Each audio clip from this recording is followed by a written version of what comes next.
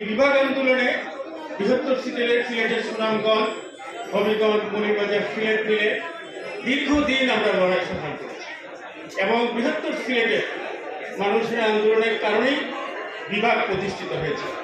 এবং আমি একটি ঘটনা বলতে চাই যে বিভাগ আন্দোলনে আমরা করতে করতে একসময় টার্ড হয়ে গেছি যে বিভাগ তো আর হবে না। কিন্তু আমি আজকে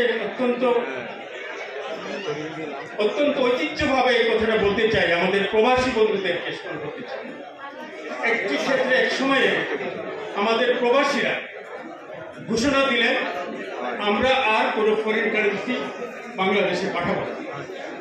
প্রবাসীরা ঘোষণা দিলেন যে আমরা বাংলাদেশের বিমানে চলব না।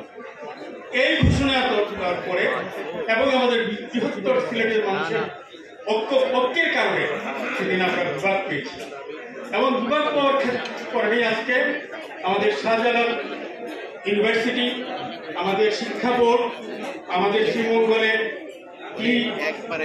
টি অপশন ব্যবস্থাপনা, এই ধরনের অনেকগুলো ব্যবস্থা হয়েছে।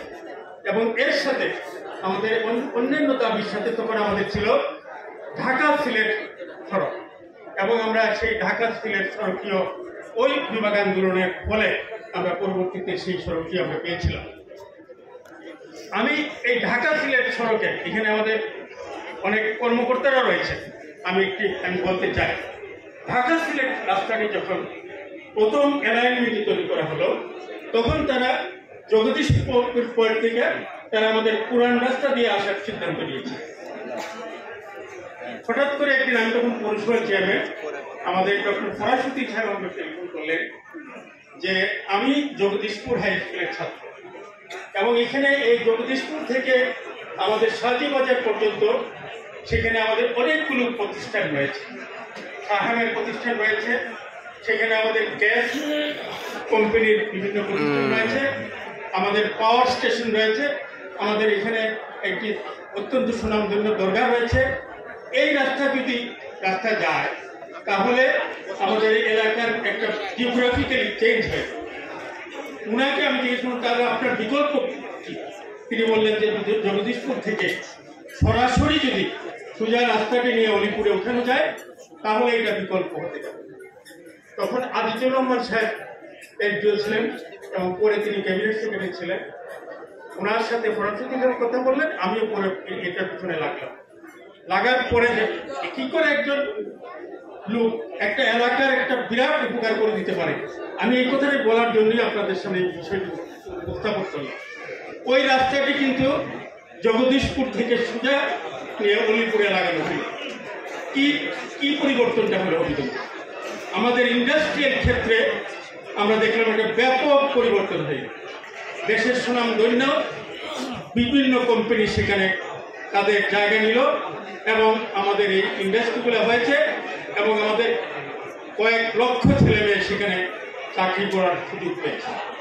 আমি আর কথা বেশি আপনাদের সামনে বাড়াতে চাই না, আমি শুধু একটি কথাই বলতে চাই, আমরা যে হবিগঞ্জের মানুষ যদি ঐক্যবদ্ধ হই আর আমাদের এখানে যারা বসে আছেন, এই চেয়ারে যারা বসে আছেন, সামনে যারা বসে আছেন, তারা যদি সবাই হবিগঞ্জকে ভালোবাসে তাহলেই কিন্তু হবিগঞ্জের ভাগ্যের পরিবর্তন করা সম্ভব। এবং এটা আমি আমার অভিজ্ঞতা থেকে বলছি। আমরা কিন্তু অনেক পিছিয়ে ছিলাম, আমরা এখন কিন্তু বলি না যে আমরা পিছিয়ে, আমরা একটা অবস্থানে চলে এসেছি। আমাদের উন্নয়নটা রিলে রেসের মতো, একের পর এক সরকার আসবে, রিলে রেসের মতো উন্নয়ন করবে, পতাকা একজনের হাত থেকে আরেকজনের হাতে দিবে। এই বিশ্বাস থেকে আমি আশা করব যারা এই আগামী দিনে ক্ষমতায় আসবে তারা যাতে হবিগঞ্জের যারা বাসিন্দারা আছেন, যারা নেতৃত্ব, যারা বিভিন্ন ক্ষেত্রে প্রতিভাবান লোক, যারা এগিয়ে আছেন, তাদের প্রতি আমি আহ্বান জানাবো আপনারা আপনাদের প্রিয় জন্মভূমি হবিগঞ্জকে ভালোবাসেন, হবিগঞ্জের জন্য কাজ করেন। একটা ফ্ল্যাট ভাড়া নেওয়া বা একটা ফ্ল্যাটের মালিক হওয়া, এখানে বেশ কয়েকজন লোক, বেশ সম্মানিত লোক এখানে টাকা পয়সার কথা বলেছেন।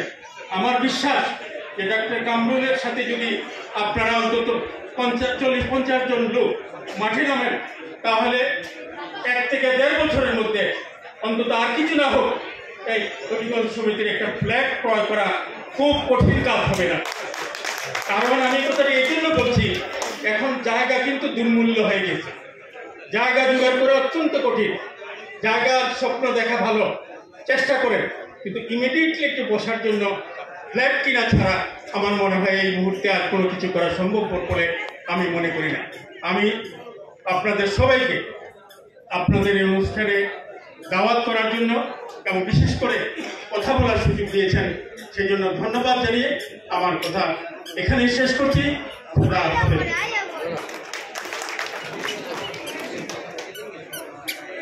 আসলে আমরা বড় স্বপ্ন না দেখে ছোট স্বপ্ন দেখা ভালো। আসলে আমরা বসার জায়গাটা দরকার, সে যে কথাটা বলছে অতীব গুরুত্বপূর্ণ।